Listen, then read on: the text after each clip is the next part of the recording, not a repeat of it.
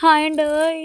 చూస్తున్నారా? చూస్తున్నట్లయితే లైక్ చేయండి, షేర్ చేయండి, కామెంట్ కూడా చేసేయండి. అలాగే సబ్స్క్రైబ్ చేసుకొని పక్కనే గంట అయితే ఉంటుంది. ఆ గంట నొక్కేసారంటే మనం చేసే ప్రతి ఒక్క వీడియో అయితే మీకు వచ్చేస్తుందనమాట. వంకాయలు చూసారా మన మొహం ఎంత ఉందో అంత ఉన్నాయన్నమాట వంకాయలు. ఆ వంకాయలను చూడంగానే మనకి ఎండుమిరపకాయల వెల్లుల్లి వంకాయ కారం అయితే చేసేద్దామనేసి చేస్తున్నాను అనమాట. ఎలా వేసుకునేయాలో చూసేద్దాం అనమాట. ఎండుమిరపకాయలు అయితే ఫస్ట్ ఒక 10 నిమిషాల ముందు అయితే నానబెట్టుకునేసాను అనమాట. నానబెట్టుకొని అవి అయితే మిక్సీ జార్లో అయితే వేసుకున్నాను. అందులోనే వెల్లుల్లి రెబ్బలు పొట్టు తీసి పెట్టుకున్నాను. అవి వేసుకున్న కొంచెం జీలకర్ర, కొంచెం ధనియాలు కూడా వేసుకొని మిక్సీ అయితే పట్టేసాను అనమాట. అందులో శనగలు అయితే మర్చిపోయాను ఫస్ట్ వేయడం, అందుకని కొన్ని శనగలు కూడా వేసేసి మళ్ళీ మిక్సీలో అయితే పేస్ట్ చేసుకునేసాను అనమాట. అదైతే పక్కన పెట్టేసి ఫస్ట్ అయితే బాండిల్ పెట్టుకొని ఆయిల్ అయితే వేసుకున్నాను. ఆయిల్ అయితే హీట్ అయిన తర్వాత ఆవాలు, కొంచెం జీలకర్ర వేసుకొని చిటపటలాడిన తర్వాత అందులోనే కొంచెం కరివేపాకు కూడా వేసేసి కరివేపాకు కూడా వేగిపోయిన తర్వాత అందులోనే ఎర్రగడ్డ అయితే కట్ చేసి పక్కన పెట్టుకున్నాను అనమాట. అవి కూడా వేసేసి కొంచెం ఫ్రై అయిపోతాం.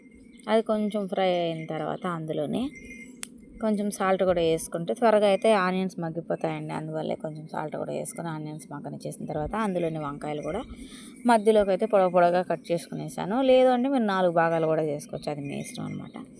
ఇలాగైతే చేసుకునేసాను. కొంచెం వంకాయలు అయితే మగ్గేంత వరకు మగ్గనిచ్చుకొని మూత అయితే పెట్టేసుకున్నాను అనమాట. వంకాయలు కొంచెం త్వరగా అయితే ఉడికిపోతాయి కాబట్టి కొద్దిసేపు మగ్గనిచ్చేసిన తర్వాత అందులో కొంచెం పసుపు వేసి ఒకసారి అయితే మళ్ళీ తిప్పేసుకొని మళ్ళీ ఒకసారి అయితే మూత పెట్టేసుకున్నాను. అది వంకాయ మగ్గిపోయిన తర్వాత అందులో పేస్ట్ చేసి పెట్టుకున్న పేస్ట్ అయితే వేసుకొని ఒకసారి మాత్రం కలుపుకునేయాలన్నమాట.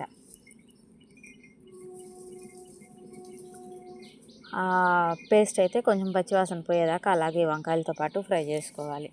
ఇప్పుడే మసాలా అనేది వంకాయకి పడుతుందన్నమాట. అలా బాగా చూడండి ఫ్రై అయిపోయింది వంకాయ కూడా. వంకాయ అయితే ఆవిరికే ఉడికిపోతుందండి, ఎక్కువసేపు అయితే ఉడకనివ్వాల్సిన అవసరం లేదు. చూడండి బాగా అయితే ఉడికిపోయిందనమాట. అందులో ఎక్కువ వాటర్ అయితే అవసరం లేదండి.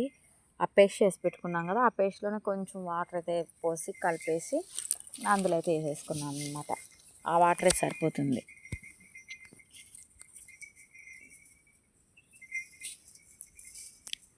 అలా కొంచెం వంకాయ బాగా ఉడికింది అనిపించినప్పుడు 2 స్పూన్ల పెరుగు అయితే వేసుకొని మళ్ళీ ఒకసారి కలిపేసి మూత అయితే పెట్టేసుకోవాలన్నమాట. మూత పెట్టేసుకున్న తర్వాత వంకాయ కర్రీ చూడండి ఎంత బాగా ఉడికిపోయిందో,